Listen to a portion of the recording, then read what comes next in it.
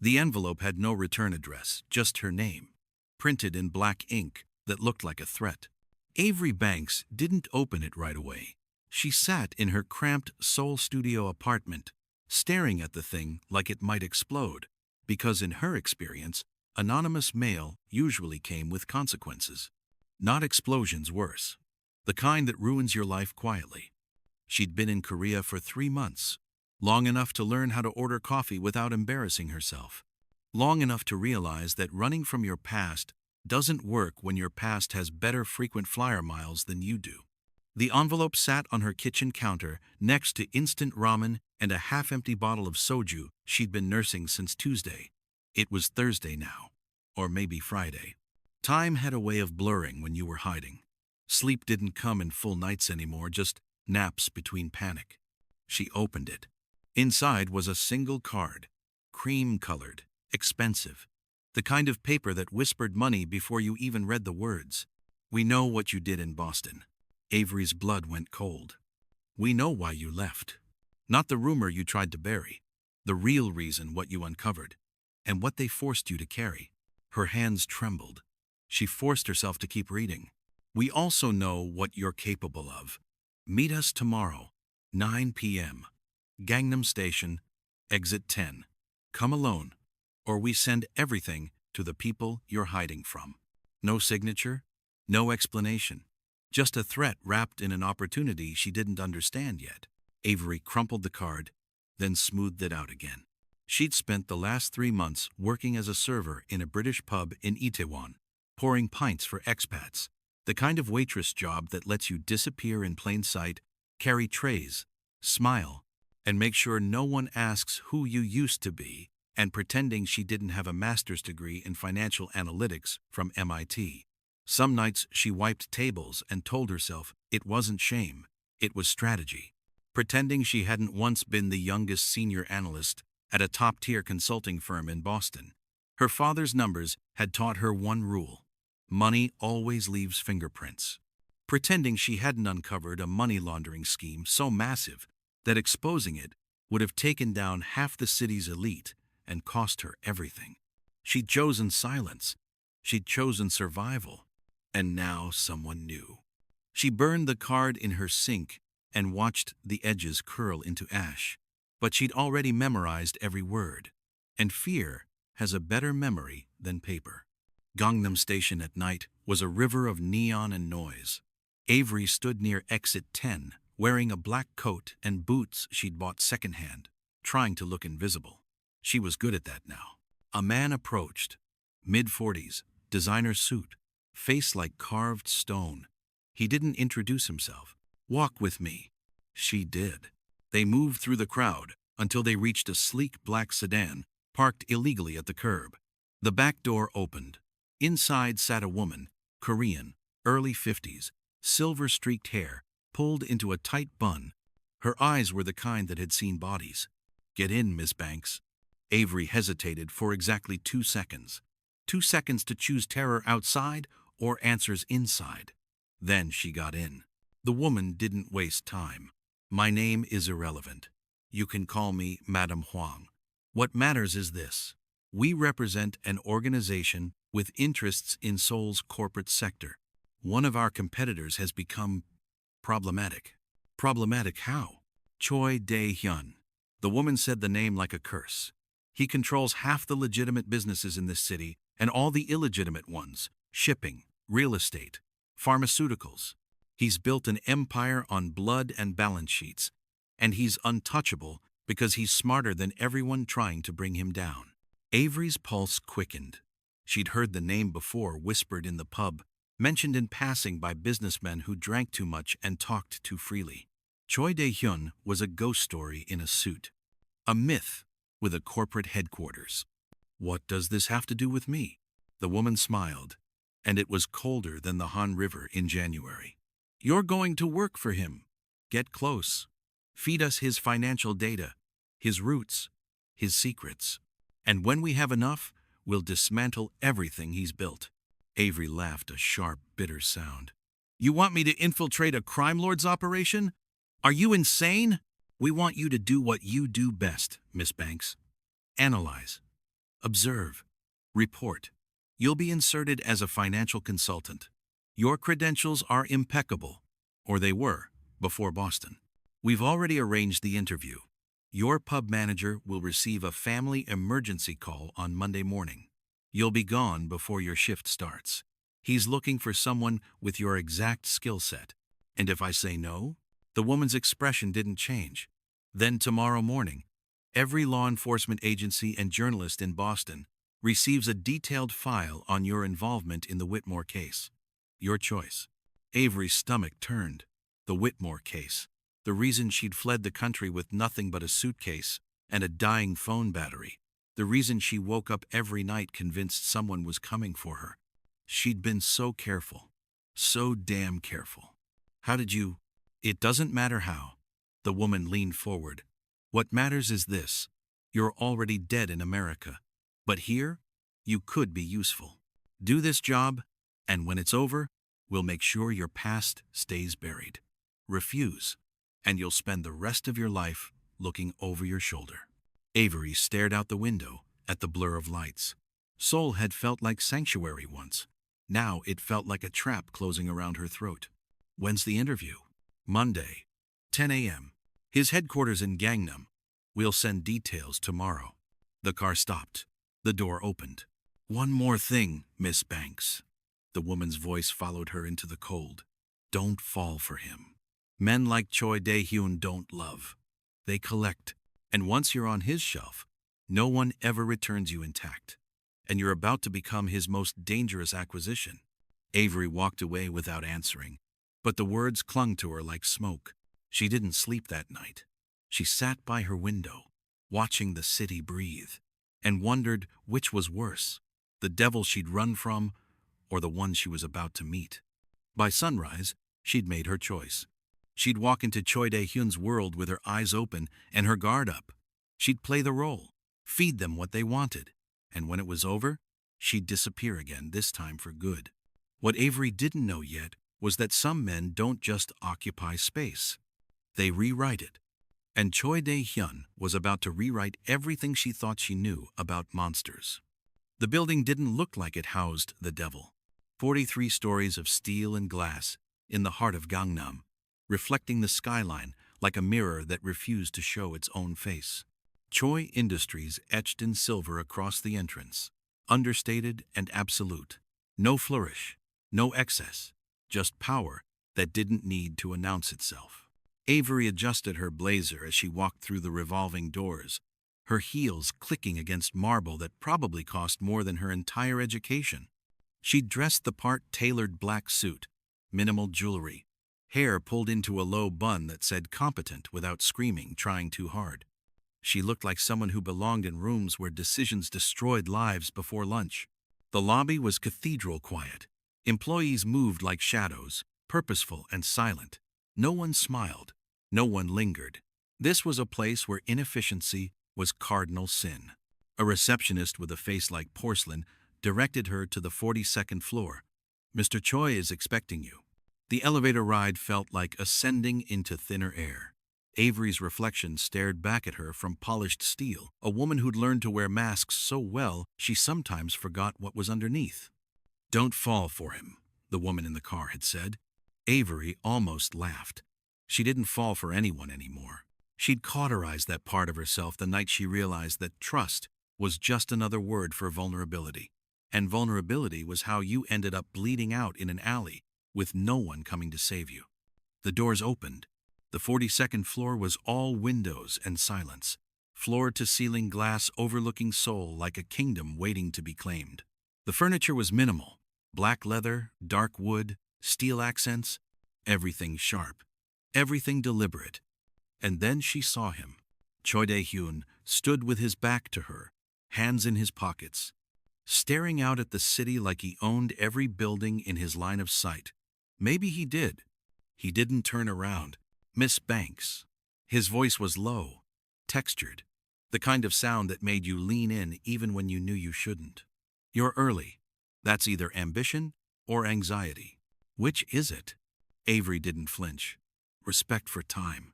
It's the only thing people like me can't buy back. He turned. And for a second, just a second, the air left the room.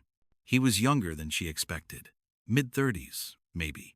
Sharp cheekbones, dark eyes that missed nothing, black hair styled with the kind of precision that suggested discipline in every part of his life. He wore a charcoal suit that fit like a second skin. No tie. Top button undone, just enough informality to remind you that rules bent around him, not the other way around. But it wasn't his face that stopped her breath. It was the way he looked at her, like he was reading a book written in a language only he understood. And she was the most interesting chapter. Sit. It wasn't a request. Avery sat. He didn't. He remained standing, studying her the way a jeweler studies a stone, deciding what it's worth, where to cut, how much pressure it can take before it cracks. You have an impressive resume, Miss Banks. MIT. Senior analyst at Harrington Consulting by 26. Published research on financial crime detection. He paused. And then you disappeared. 3 months ago. No notice. No explanation. Just gone. Her heart kicked against her ribs, but her face stayed smooth. Personal reasons. Personal reasons that brought you to Seoul. To a pub in Itaewon, where you serve beer to tourists. Despite being smarter than most of the CEOs I negotiate with. He tilted his head. Why? Why does anyone run, Mr. Choi? Because staying would have cost more my career, my safety, and the only family I had left. Something flickered in his eyes. Recognition, maybe. Or respect. What did it cost you? Everything. The word hung between them. Raw and honest. She hadn't meant to say it, but lies required energy, and she was so tired of carrying them. Dae-hyun moved closer, his footsteps silent on the hardwood. He stopped in front of her desk, close enough that she could see the faint scar along his left jawline. Old violence, long healed. I don't hire people who run, Miss Banks. I hire people who finish what they start. Convince me you're the latter. Because survival is not weakness. But I need to know you won't sell me out when fear returns. Avery met his gaze and didn't look away. I uncovered a money laundering operation in Boston that funneled $200 million through shell companies in the Caymans. The people involved had names that opened doors and closed mouths. I had evidence. I had everything. Her voice hardened.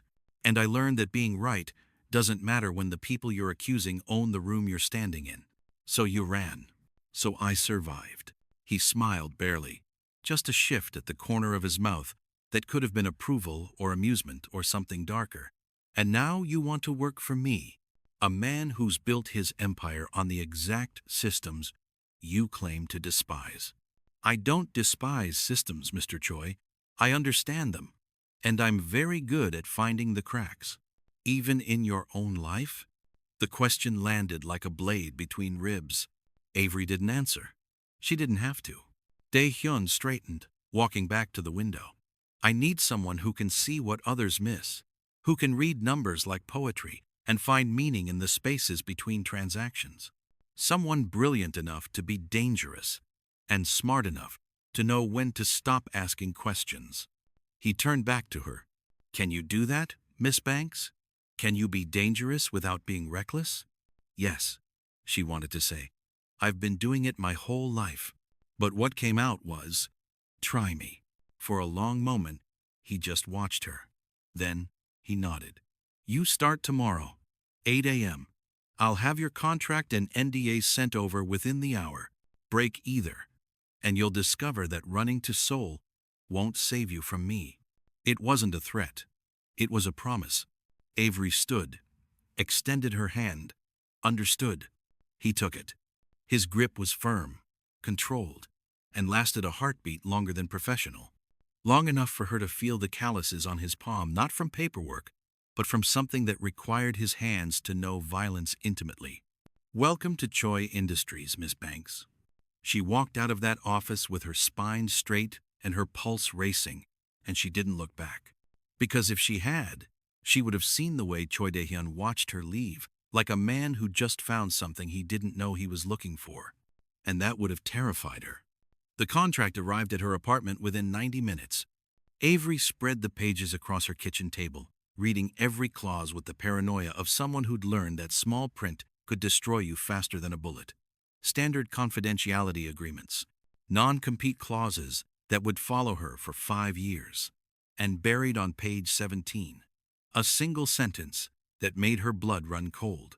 Employee acknowledges that exposure to sensitive financial data may include information regarding activities not subject to conventional regulatory oversight. Translation: you're about to see things that could get you killed. Sign anyway. She signed. The burner phone they'd given her buzzed at midnight. A text from the woman with silver hair. You're in. First report due in 2 weeks. Everything he touches, we want to know about. Avery deleted the message and crushed the phone under her heel. They'd send another. They always did, sometimes through new burners, sometimes through envelopes, sometimes through people who smiled too politely at her table. Her first day at Choi Industries felt like walking into a machine designed to extract efficiency from human souls. She was given an office on the 38th floor, glass walls, minimalist desk, 2 monitors, and a view that made Seoul look like a circuit board of light and shadow. Her new title: Senior Financial Analyst, Strategic Operations. Translation: find the money, track the money. Don't ask why the money moves the way it does.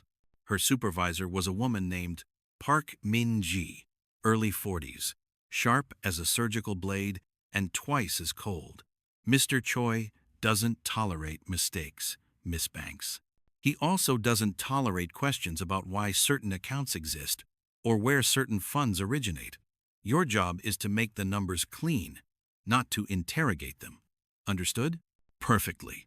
Minji smiled without warmth. Good. Your first assignment is on your desk. Revenue reconciliation for our shipping division. It's overdue. The files were waiting. 3 years of transaction records, thousands of entries, all meticulously documented. Too meticulously. Avery had seen this before. Data scrubbed so clean it practically glowed. Which meant someone had spent a lot of time making sure it looked boring. She started digging. By hour 3, she'd found the first ghost account. A subsidiary in Singapore that received monthly transfers of exactly $847,000. Never more, never less. The consistency was the tell. Real business fluctuates. Laundered money follows patterns. By hour 6, she'd traced the Singapore account to a shell company in Panama, which fed into a logistics firm in Rotterdam, which circled back to a warehouse network in Busan. By hour 9, she knew exactly what she was looking at. Human trafficking routes disguised as shipping manifests. Avery sat back in her chair, her hands shaking. She'd learned in Boston that law enforcement wasn't a savior when money owned the room. She'd expected money laundering, maybe weapons, drugs, even. But this was breathing, bleeding cargo. People packed into containers like merchandise, moved across borders with the same efficiency Choi Industries used to ship electronics. Her phone buzzed. A text from an unknown number. 42nd floor. Now. She took the elevator up, her heart a fist in her chest. Dae-hyun's office was dark, except for the city lights bleeding through the windows. He stood at his desk, reviewing something on a tablet, and didn't look up when she entered. "You've been busy, Miss Banks." "Just doing my job." "And what did you find?" She hesitated. This was the moment. She could lie, feed him something safe, or she could show him that she was exactly what he'd hired her to be. Dangerous. "Your shipping division is moving people. Routes through Singapore, Panama, Rotterdam. Monthly quotas. Fixed pricing structures. It's textbook trafficking dressed up as logistics." Silence.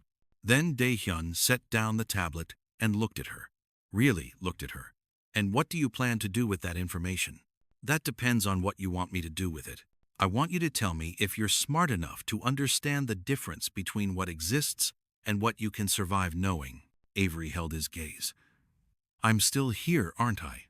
He smiled sharp, approving. "Yes, you are." He moved around the desk, leaning against it, arms crossed. "Let me tell you a story, Miss Banks. 5 years ago, I inherited this empire from my father. A man who believed power came from fear and control came from violence. He built Choi Industries on blood. And when he died, I had a choice. Dismantle everything and watch vultures tear apart what took decades to build, or stabilize it, make it sustainable, turn chaos into architecture. So you chose the latter. I chose survival. For myself, for the 15,000 people who work for me, for the networks that depend on the infrastructure we provide. He paused. But survival in this world requires compromise. The shipping routes you found, they existed long before I did. Shutting them down would create a vacuum. And vacuums get filled by people far worse than me. That's one hell of a rationalization. It's reality. His voice was calm, almost gentle. I don't traffic people, Miss Banks, but I inherited systems that do. And I'm slowly dismantling them from the inside, replacing them with legitimate operations, rerouting funds, cutting off the worst actors. It takes time. It takes strategy. And it requires me to appear complicit long enough to stay alive while I burn it all down. Avery studied him, searching for the lie. But all she saw was exhaustion, the kind that came from carrying weight no one else could see. Why are you telling me this? Because you're going to find worse. And when you do, I need you to trust that I'm not the enemy you think I am. I don't trust anyone, Mr. Choi. Good. Neither do I. He straightened. But I need you to be smart enough not to destroy something you don't fully understand. Can you do that? Avery thought about the woman in the car, the syndicate waiting for her reports, the trap she was already inside. I can try, then keep digging. Map everything. And when you find the real monsters, his eyes went cold. Tell me, because I've been waiting a long time to kill them. She left his office with more questions than answers, and a sick certainty growing in her gut. The people who'd hired her weren't trying to stop Choi Dae-hyun. They were trying to replace him. And she was the weapon they'd planted to make it happen. 3 weeks into her new life, Avery had become a ghost in glass towers. She came in early, left late, and spoke to no one unless necessary. Her reports to the syndicate were surgical, clean data, no commentary, nothing that revealed how deep she was actually digging. Because the more she uncovered about Choi Industries, the less the numbers added up to the story she'd been sold. Dae-hyun wasn't expanding his criminal empire. He was suffocating it. Every week, another shell company dissolved. Another trafficking route quietly rerouted to legitimate freight. Another offshore account drained and funneled into housing developments, medical clinics, scholarship funds. He was laundering his own blood money back into something that looked like redemption. And he was doing it so carefully that even his own organization didn't fully realize they were being reformed from the inside out. Avery sat in her office at 11 p.m., staring at a network map. She'd built red lines for criminal operations, blue lines for legitimate business, green lines for the transitions happening in between. The green was spreading like a slow cure through a dying body. You're still here. She jumped. Dae-hyun stood in her doorway, suit jacket gone, sleeves rolled to his elbows. He looked tired, human, dangerous in a way that had nothing to do with violence and everything to do with the fact that she was starting to see him as something other than a target. I could say the same about you, she said. I own the building. You don't. You pay me enough that I might as well. He smiled, a real one this time, brief and unguarded. Then he saw the map on her screen. His expression shifted. How long have you been building that? 2 weeks. And what does it tell you? That you're either the slowest moving criminal in history, or you're actually trying to go legitimate. Which do you believe? Avery met his eyes. I believe you're trying to survive something that's bigger than you. And I believe the people trying to take you down don't care about justice. They just want your crown. Silence. Long and heavy. Then Dae-hyun stepped into her office and closed the door. 4 months ago, he said quietly, I received a message from a rival organization. They gave me a choice. Step down and hand over my infrastructure, or watch everyone I care about die slowly. I refused. So they've been trying to dismantle me piece by piece, planting informants, sabotaging deals, waiting for me to make a mistake big enough that I can't recover. Avery's chest tightened. And you think I'm one of those informants? I know you are. The world stopped. He said it so calmly, like it was a fact, not an accusation. I've known since the day you walked into my office, he continued. Your credentials were too perfect, your timing too convenient. And no one runs from Boston to Seoul to pour beer unless they're either running from something or toward something. He tilted his head. So which is it, Miss Banks? Are you here because they're blackmailing you? Or because you actually believe I'm the villain? Avery couldn't breathe, couldn't think. Every instinct screamed at her to run, but her legs wouldn't move. Both, she whispered. They have leverage. My past. Things that would destroy what's left of my life. But I also didn't know if you were a monster? Human. He laughed, bitter, exhausted. I stopped being human the day I inherited this empire.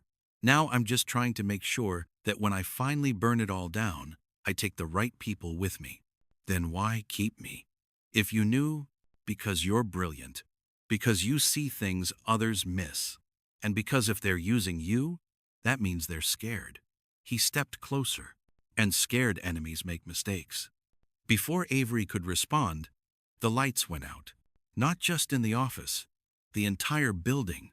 43 floors of steel and glass plunged into darkness, the hum of power dying like a held breath released.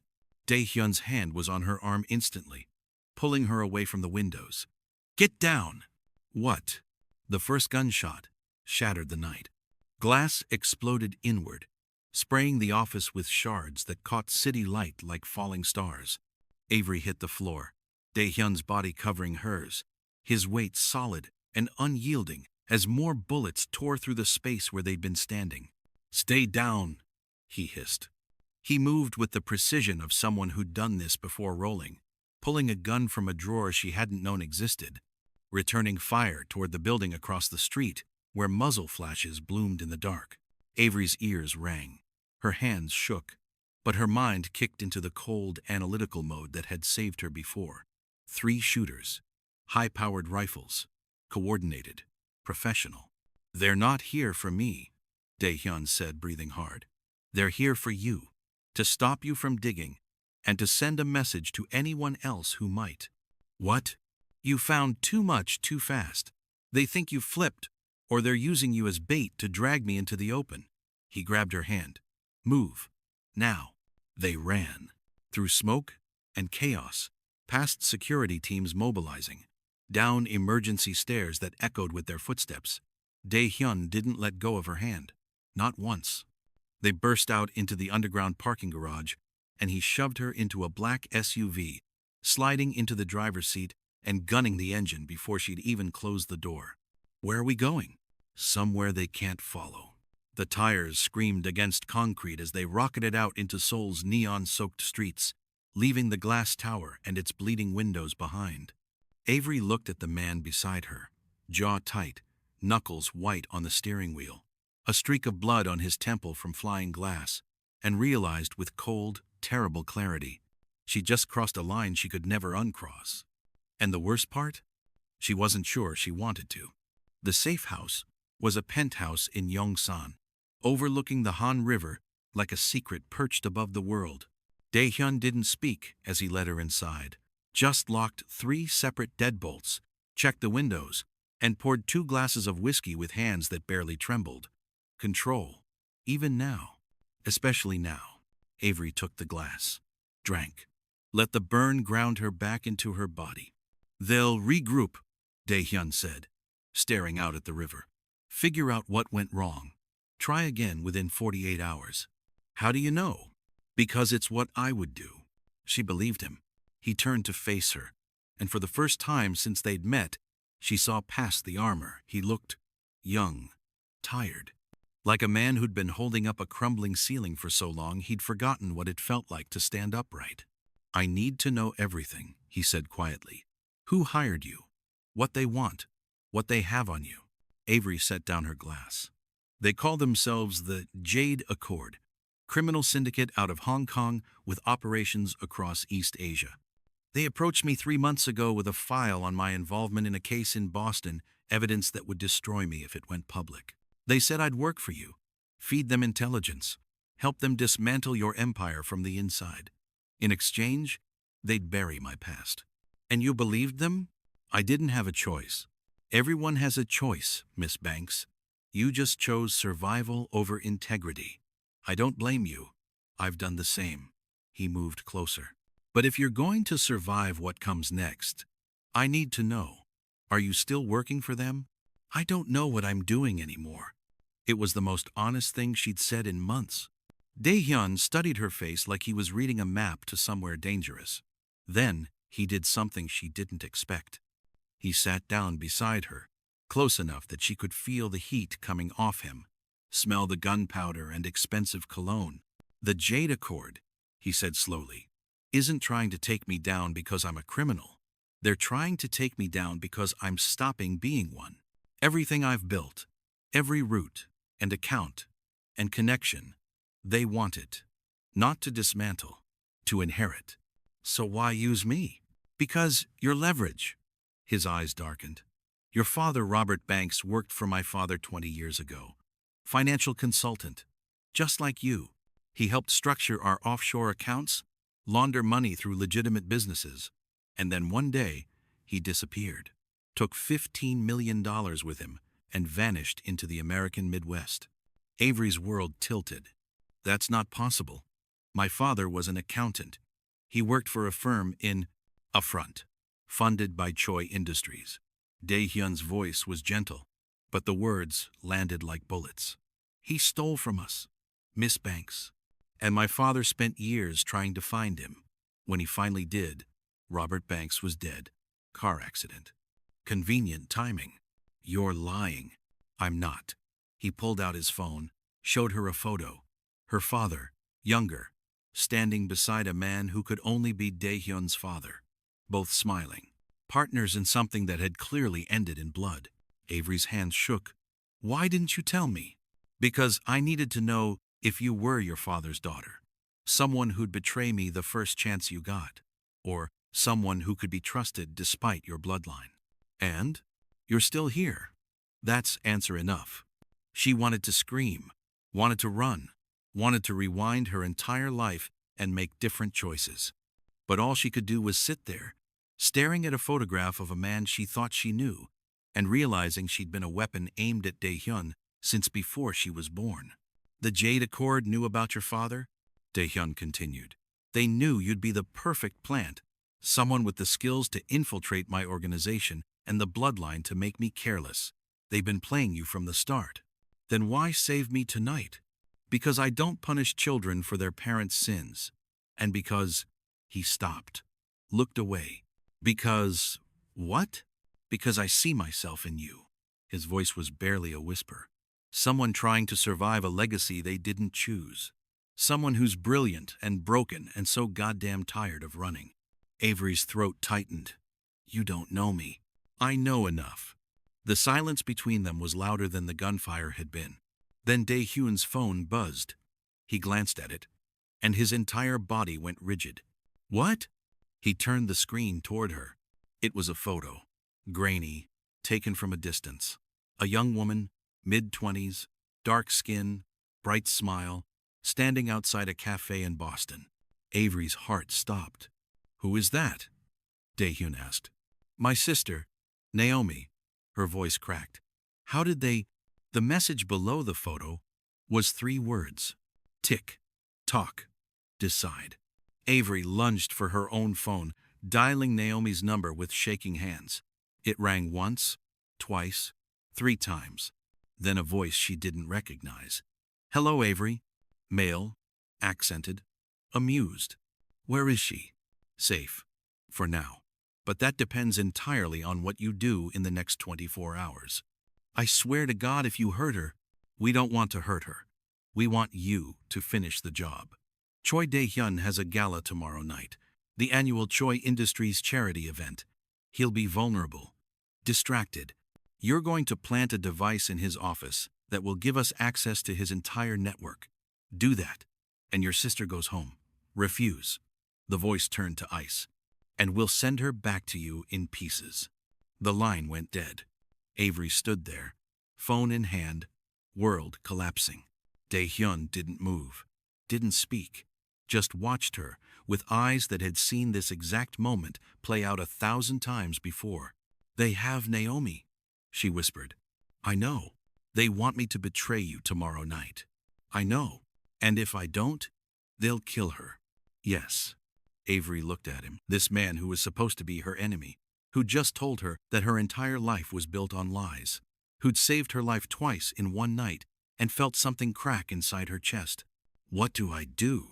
Dae-hyun stood, walked to the window, stared out at Seoul like he could see every hidden thing crawling beneath its neon skin. Then he turned back to her, and his expression was carved from stone and starlight. You do exactly what they ask, he said quietly, and I'll make sure they regret ever touching your sister. How? Because tomorrow night, we're not just going to give them access to my network. He smiled sharp. Dangerous. Beautiful.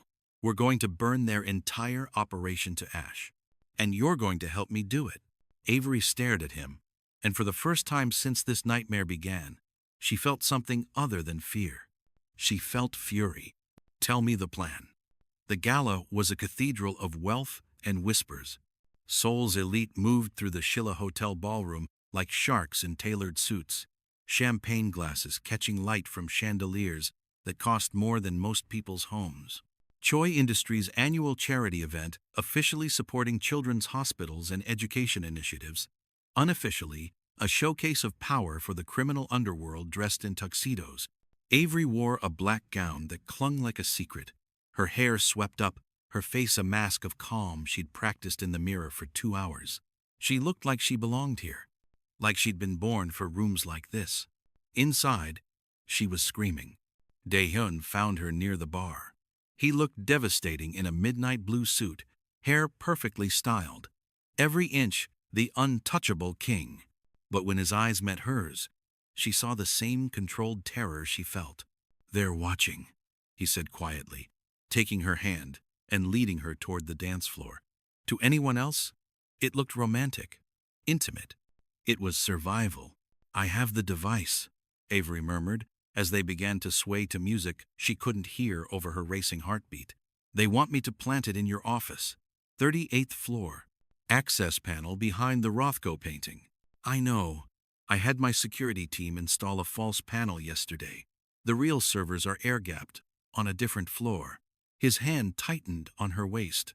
When you plant it, they'll think they have access, but all they'll see is what we want them to see. And Naomi? We have a team in Boston. They found the location, an abandoned warehouse in Dorchester. We go in the moment you complete the plant. Simultaneous strike. What if something goes wrong? Then we improvise. He spun her, and she caught a glimpse of his security detail, positioned around the ballroom, men and women in evening wear, with communication pieces hidden behind smiles. But nothing will go wrong. Trust me. I don't trust anyone. I know. That's why this might actually work. The song ended. He didn't let go. There's something you should know, Dae-hyun said, his voice dropping to something raw. If this goes wrong, if they get to you before we get to them, don't. Listen to me. He pulled her closer. And suddenly, they weren't dancing anymore. They were just two people, standing in the middle of a war, pretending the world wasn't burning. I've spent my entire life not caring whether I lived or died. Building this empire, dismantling it. It was all just mechanics. But you, his throat worked. You made me remember what it feels like to want to survive. Avery's eyes stung. Dae-hyun, when this is over, I'm walking away from all of it. The company, the legacy, everything. And I want you to walk away with me. You don't mean that? I've never meant anything more. She searched his face for the lie, found only brutal, terrifying honesty. I barely know you. You know me better than anyone in this room, better than anyone in my entire life. His hand came up to cup her face, thumb brushing her cheekbone. You see me, Avery. Not the crown, not the empire, me. And I see you. The woman who chose to survive when the world tried to break her. The woman who's standing here, about to risk everything for someone she loves. I can't. You can. And you will. Because you're the bravest person I've ever met. And then he kissed her. Right there. In the middle of the ballroom. In front of Seoul's elite and hidden enemies, and every camera in the building. It wasn't gentle. It was desperate and claiming and absolutely devastating. His hands in her hair, her fingers digging into his shoulders, the world narrowing to this single point of contact that felt like the first real thing she'd experienced in years. When they broke apart, she was shaking. Was that part of the plan? She whispered. No, that was selfish. He smiled, sad, beautiful, doomed. But I needed you to know that if we die tonight, I don't regret a single moment of knowing you. Avery wanted to tell him she felt the same. Wanted to say that somewhere between fear and fury, she'd fallen for this broken king trying to burn down his own throne. But her phone buzzed. A text. Time's up. Plant it now. She looked at Dae-hyun. He nodded. Go. I'll be right behind you. Avery walked through the ballroom on unsteady legs, took the elevator to the 38th floor, and found the Rothko painting exactly where Dae-hyun said it would be. Behind it, the access panel. Behind that, servers humming with the Empire's secrets. She planted the device, sent the confirmation text, and waited for the world to explode. It happened fast. Across the ocean, Dae-hyun's team breached the Dorchester warehouse. 6 minutes of controlled chaos, flashbangs, tactical precision. Naomi Banks extracted alive and terrified but breathing. In Seoul, the Jade Accord systems lit up with what they thought was Choi Industries' entire network. They started downloading, started celebrating, and didn't notice the malware piggybacking every packet software that traced their location, their members, their operations across 12 countries. Dae-hyun stood in the ballroom, watching feeds from both operations on a tablet hidden in his jacket pocket. His security chief appeared at his elbow. We have them, sir. All of them. Good. Send the data to Interpol. Every agency that's been trying to bring them down for the last decade. Dae-hyun's smile was winter. And make sure they know exactly who delivered it. What about? The explosion ripped through the 38th floor. Not the false panel. The real servers, 3 floors up. Backup plan from the Jade Accord. If they couldn't steal the data, they'd destroy it, and Avery with it. Dae-hyun ran. Through the ballroom, past screaming guests, into the emergency stairs, his heart a weapon beating against his ribs. The 38th floor was smoke and fire, sprinklers raining down like grief. Avery. He found her in the hallway, coughing, covered in ash but alive. So impossibly alive. She looked up at him, and her eyes were wild. Naomi? Safe? Boston team has her. Avery collapsed against him, and he caught her, held her, like she was the only solid thing in a world coming apart. We need to move, he said. This building's compromised. But she didn't move, just looked at him with something that might have been love or might have been madness. You planned this. All of it. You knew they'd retaliate. I know how monsters think. I used to be one. You saved her.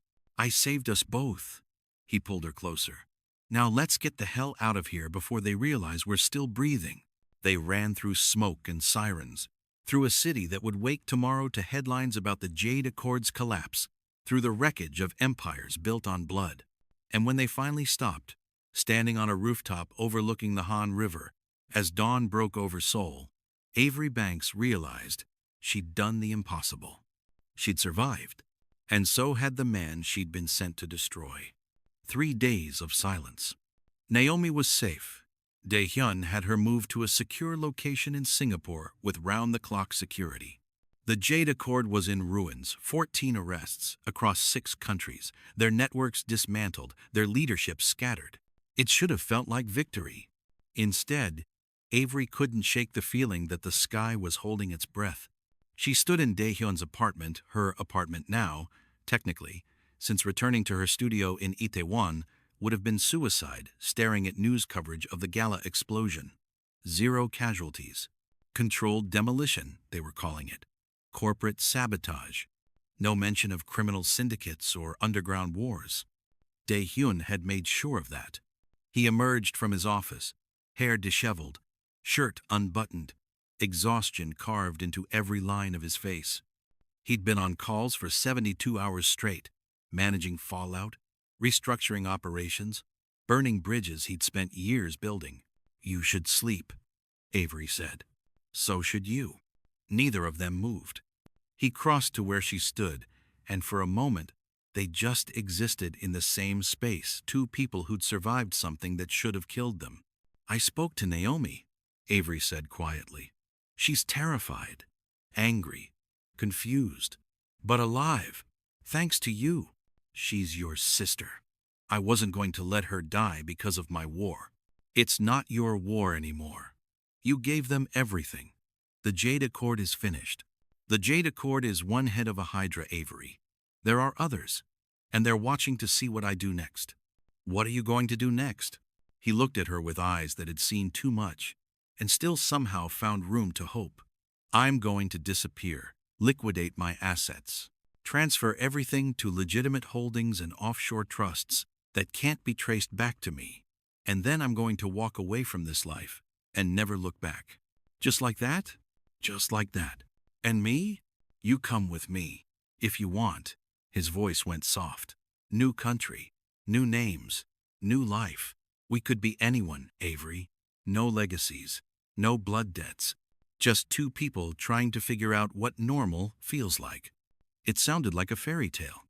It sounded impossible. It sounded like the only thing she'd ever wanted. "Okay," she whispered. "Okay? Okay." He kissed her, then slow and deep and full of promises that tasted like freedom. And for the first time in her life, Avery let herself believe that maybe, just maybe, she could have something good without it being ripped away. Her phone shattered the moment. Unknown number. She almost didn't answer. But something instinct, paranoia, the part of her that knew peace never lasted, made her pick up. "Hello?" Silence. Then breathing. Then a voice that turned her blood to ice. "Hello, Avery." It was the same voice from before, the Jade Accord contact, the man who'd taken Naomi. "You're supposed to be in custody," she said, hand shaking. "Supposed to be? But money buys a lot of things, including freedom." He laughed, cruel, amused. "Did you really think it would be that easy? That you and your broken king could just ride off into the sunset?" Dae-hyun was beside her instantly, ear pressed close to the phone so he could hear. "What do you want?" Avery demanded. "The same thing I've always wanted. Choi Dae-hyun's empire. And since he so kindly dismantled most of it, I'll settle for his life instead." "You can't touch him. Interpol has your entire network. Interpol has 14 mid-level operators and some accountants. I'm still here. And so are the people who really run this organization." His voice dropped to a purr. "We have Naomi again, by the way. Singapore was clever, but not clever enough. And this time, if you want her back, you're going to give us exactly what we ask for." Avery's world fractured. "That's not possible. You can't have—" "Check your email." She did. The photo made her knees buckle. Naomi, bound to a chair, duct tape across her mouth, terror in her eyes. Timestamp, 14 minutes ago. "No, no, no, no. Here's how this works," the voice continued. "Tomorrow night, midnight, the old shipyard in Incheon. You bring Choi Dae-hyun. No security, no weapons, no tricks. He walks into our custody willingly, and your sister walks out. Simple exchange. He will, because you'll convince him, because you love her more than you hate us, and because deep down, you know this is the only way it ends." The line went dead. Avery stood there, phone in her trembling hand, world collapsing for the second time in a week. Dae-hyun didn't speak, just pulled her into his arms and held her while she shook apart. "I can't lose her," Avery whispered. "She's all I have left." "I know. They want you dead. This isn't a trade, it's an execution." "I know. So what do we do? He pulled back, looked at her with eyes that held entire wars. We give them exactly what they want, and then we make sure they regret ever asking for it. How? Because I'm not the man I was 3 months ago. I'm not building an empire anymore, Avery. I'm burning one down, and I've been saving the biggest fire for last. He pulled out his phone, made 3 calls in rapid succession. Each one ended the same way. Tomorrow night, Incheon shipyard. Bring everything. When he hung up, his expression was carved from stone and starlight. What did you just do? Avery asked. I called in every favor, every debt, every alliance I've built over the last 5 years. By tomorrow night, we'll have more firepower than they can possibly expect. They said no security. They also kidnapped your sister twice. I'm done playing by their rules. He cupped her face. I'm going to get Naomi back, and I'm going to end this war once and for all. But I need you to trust me. I do. Even if the plan gets me killed? Avery's throat closed. Especially then. Because somewhere between Boston and Seoul, between fear and fury, between the woman she'd been and the woman she was becoming, Avery Banks had fallen in love with a broken king. And love, she was learning, was the most dangerous weapon of all. The Incheon shipyard was a graveyard of metal and rust. Containers stacked like coffins, cranes frozen mid-reach toward a sky thick with clouds and threat. The Han River Delta stretched black and cold beyond, reflecting nothing. Avery stood beside Daehyun in the back of an armored SUV, 3 blocks from the rendezvous point. Around them, hidden in the industrial shadows, were 47 operators, former military, private security, people who owed Daehyun their lives or their fortunes and had come when he called. Last chance to stay behind, Daehyun said. Not a chance in hell. He smiled despite everything. I know. They'd spent the last 24 hours planning, mapping sightlines, identifying exits, building contingencies for contingencies.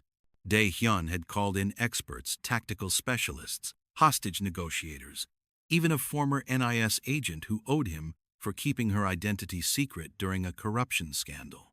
But they all knew the truth. No plan survived first contact with chaos. Comms check, Daehyun said into his radio. 7 teams confirmed position. Snipers on rooftops, assault teams in containers, medics on standby, an entire war machine hidden in the bones of a dying shipyard. Remember, he continued, we don't move until we have visual confirmation of Naomi. No one fires unless I give the order. This goes clean, or it doesn't go at all. Avery checked the gun. He'd insisted she carry a compact Glock 19, loaded, safety off. She'd never fired a weapon in her life. But tonight, she'd do whatever it took. 11:58 p.m. They walked into the kill zone together. The meet point was a clearing between container stacks, lit by a single floodlight that turned everything into harsh shadows and exposed bone. 20 men waited, Jade Accord soldiers, assault rifles, body armor, professional, prepared. And in the center, tied to a chair under the light, was Naomi. Avery's heart shattered and reformed in the same breath. Her sister was alive, bruised, terrified, but breathing. A man stepped forward, mid-50s, Korean, expensive suit under tactical vest. He smiled like a shark smelling blood. Choi Daehyun. Finally, we meet face to face. Park Jin-woo, Daehyun replied. I should have known you were behind this. The Jade Accord was always your organization. You just let others take the fall. Smart and informed. That's why you've survived as long as you have. Park gestured to Naomi. Your analyst's sister, unharmed, as promised. Now, your end of the bargain. Let her go first. I don't think so. You walk into that chair beside her. We confirm your identity. Then she walks. And after that, you kill us both. Park shrugged. Probably. But you knew that when you came. Daehyun looked at Avery. Their eyes met, and entire conversations happened in silence. I love you. I know. If this goes wrong, it won't. But if it does, then we go down fighting. He started walking toward the chair. Wait! Avery grabbed his arm. Let me talk to her first. Please. Just 30 seconds. Park considered. Nodded. 30 seconds. Then he sits, or she dies. Avery ran to Naomi, dropped to her knees, ripped the tape from her mouth. Avery, Naomi's voice cracked. What are you doing here? They said. I know. I'm getting you out. She fumbled with the ropes, fingers shaking, brain screaming. I'm so sorry. This is all my fault. Everything that happened. It's not your fault. It's never been your fault. I love you. You know that, right? You're the only good thing I've ever... I know. Naomi's eyes were fierce, despite the fear. Now get me the hell out of here. Avery untied the last rope. And that's when Park Jin-woo realized his mistake. Stop her. But it was too late. Dae-hyun's hand shot up, and the shipyard exploded into light and thunder. Snipers opened fire. Assault teams poured from containers. Flashbangs turned night into strobing chaos. Dae-hyun tackled Avery and Naomi behind a steel beam as bullets chewed through metal and flesh. Move! He roared. They ran, through smoke and screaming, through a war zone that had been a trap for Park and became a massacre.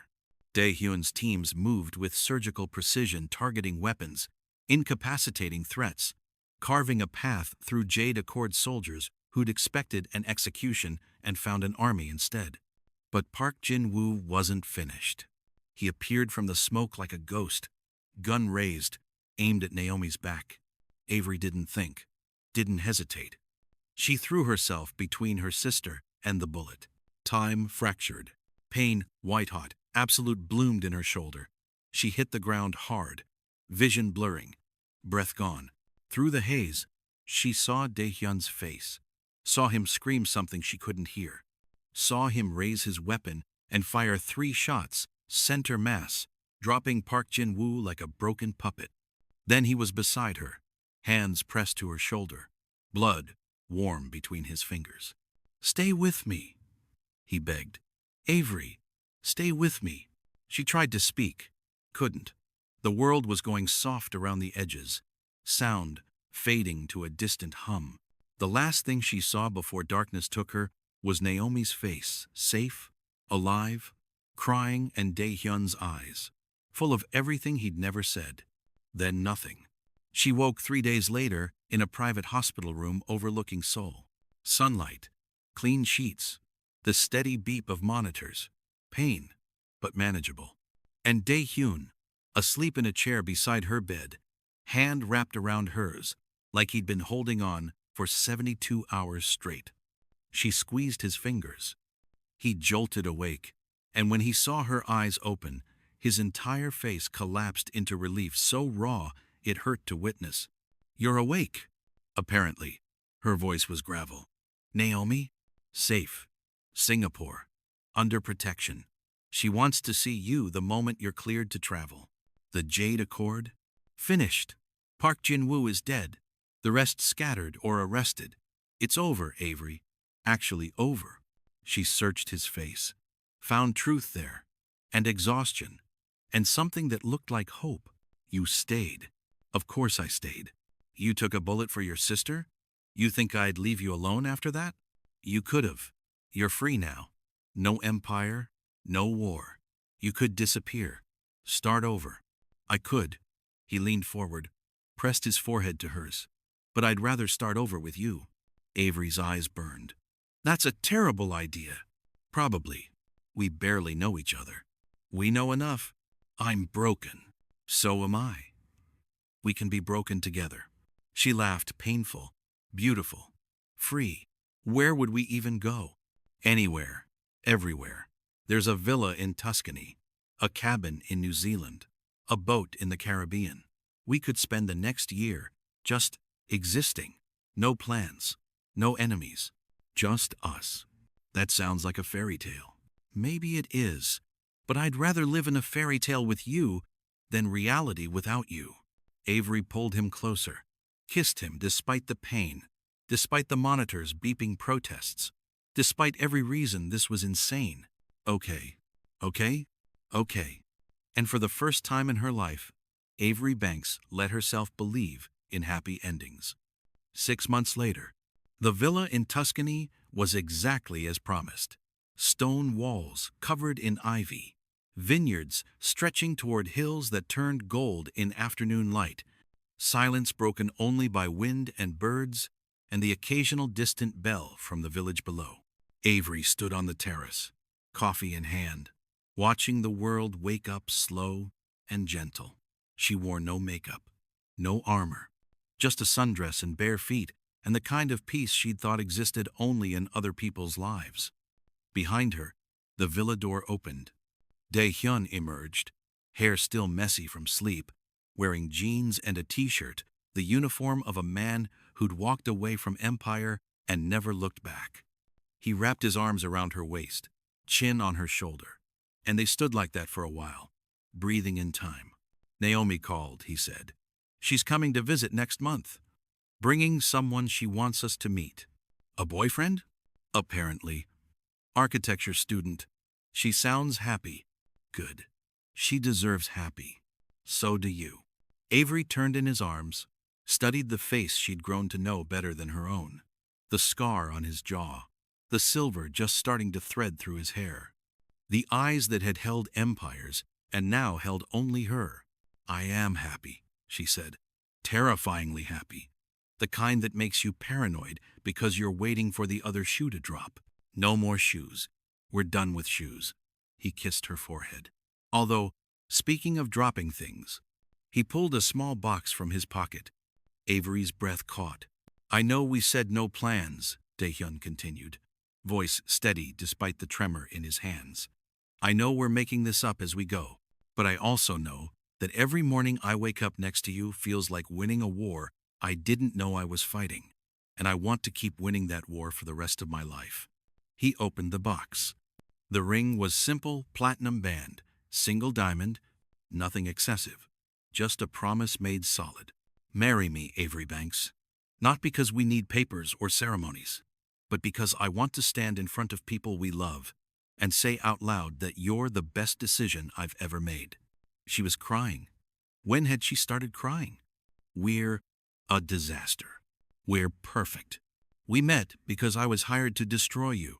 Best job offer you ever accepted. I got shot, and you survived. We both survived. That's what we do." He smiled. "So what do you say? Want to keep surviving together? Officially?"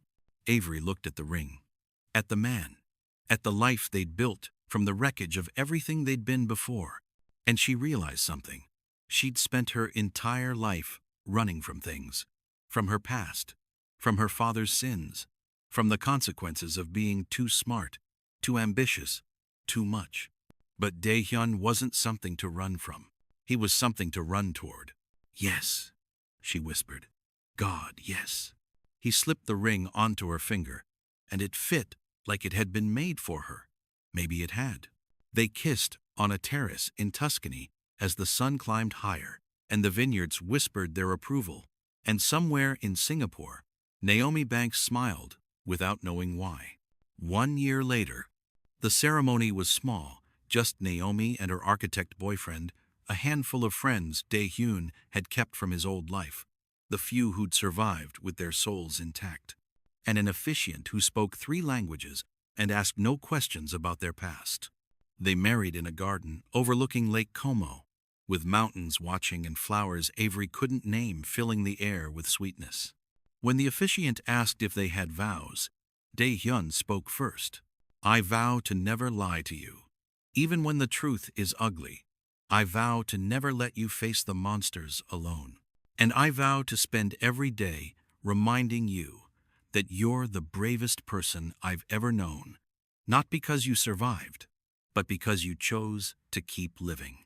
Avery's turn. "I vow to see you, not the crown you wore or the empire you built, but the man underneath who's been fighting his whole life to be good despite everything telling him he can't.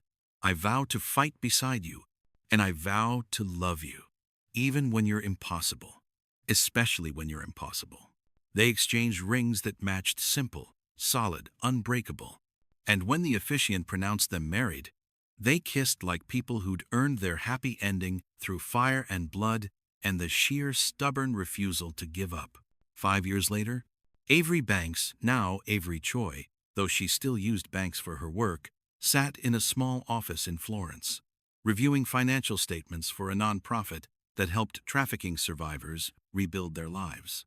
It was the work she'd been meant to do all along, using her skills not to hide money, but to track it, to find the roots and accounts that funded exploitation and shut them down, one operation at a time.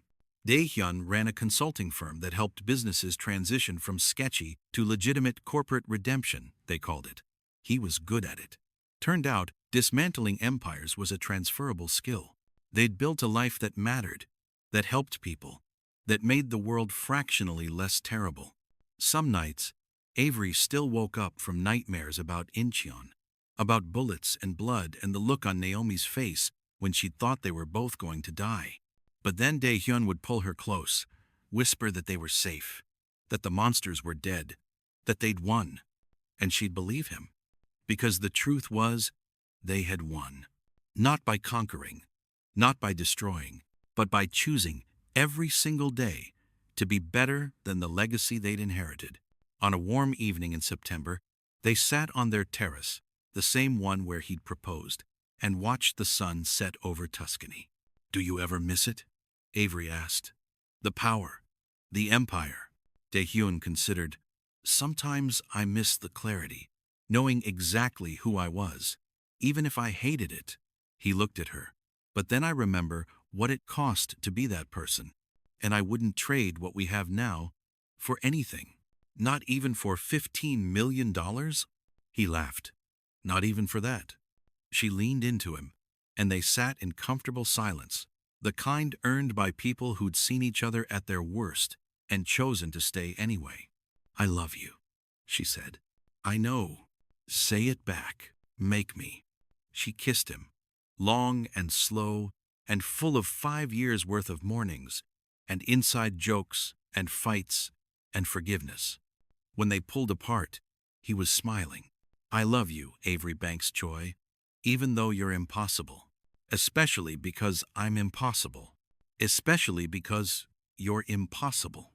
The sun dipped below the horizon, painting the sky in shades of fire and gold. And two people who'd been hired to destroy each other sat on a terrace in Italy, watching the world turn beautiful, and knew they'd made it home. Years later, when people asked Avery how she'd ended up in Tuscany running a nonprofit with her husband, she'd smile and say, "I took a job I wasn't qualified for and fell in love with my boss." Very professional. And when they asked Dae-hyun how he'd walked away from one of the most powerful criminal empires in East Asia, he'd say, "I met someone who made me want to be better than my worst decisions." Neither of them mentioned the bullets, or the blood, or the night in Incheon when they'd almost lost everything. Some stories were theirs alone, but on quiet evenings, when the world felt heavy, they'd find each other on that terrace and remember they'd been hired to destroy each other. Instead, they'd saved each other. And that was the best plot twist either of them could have asked for.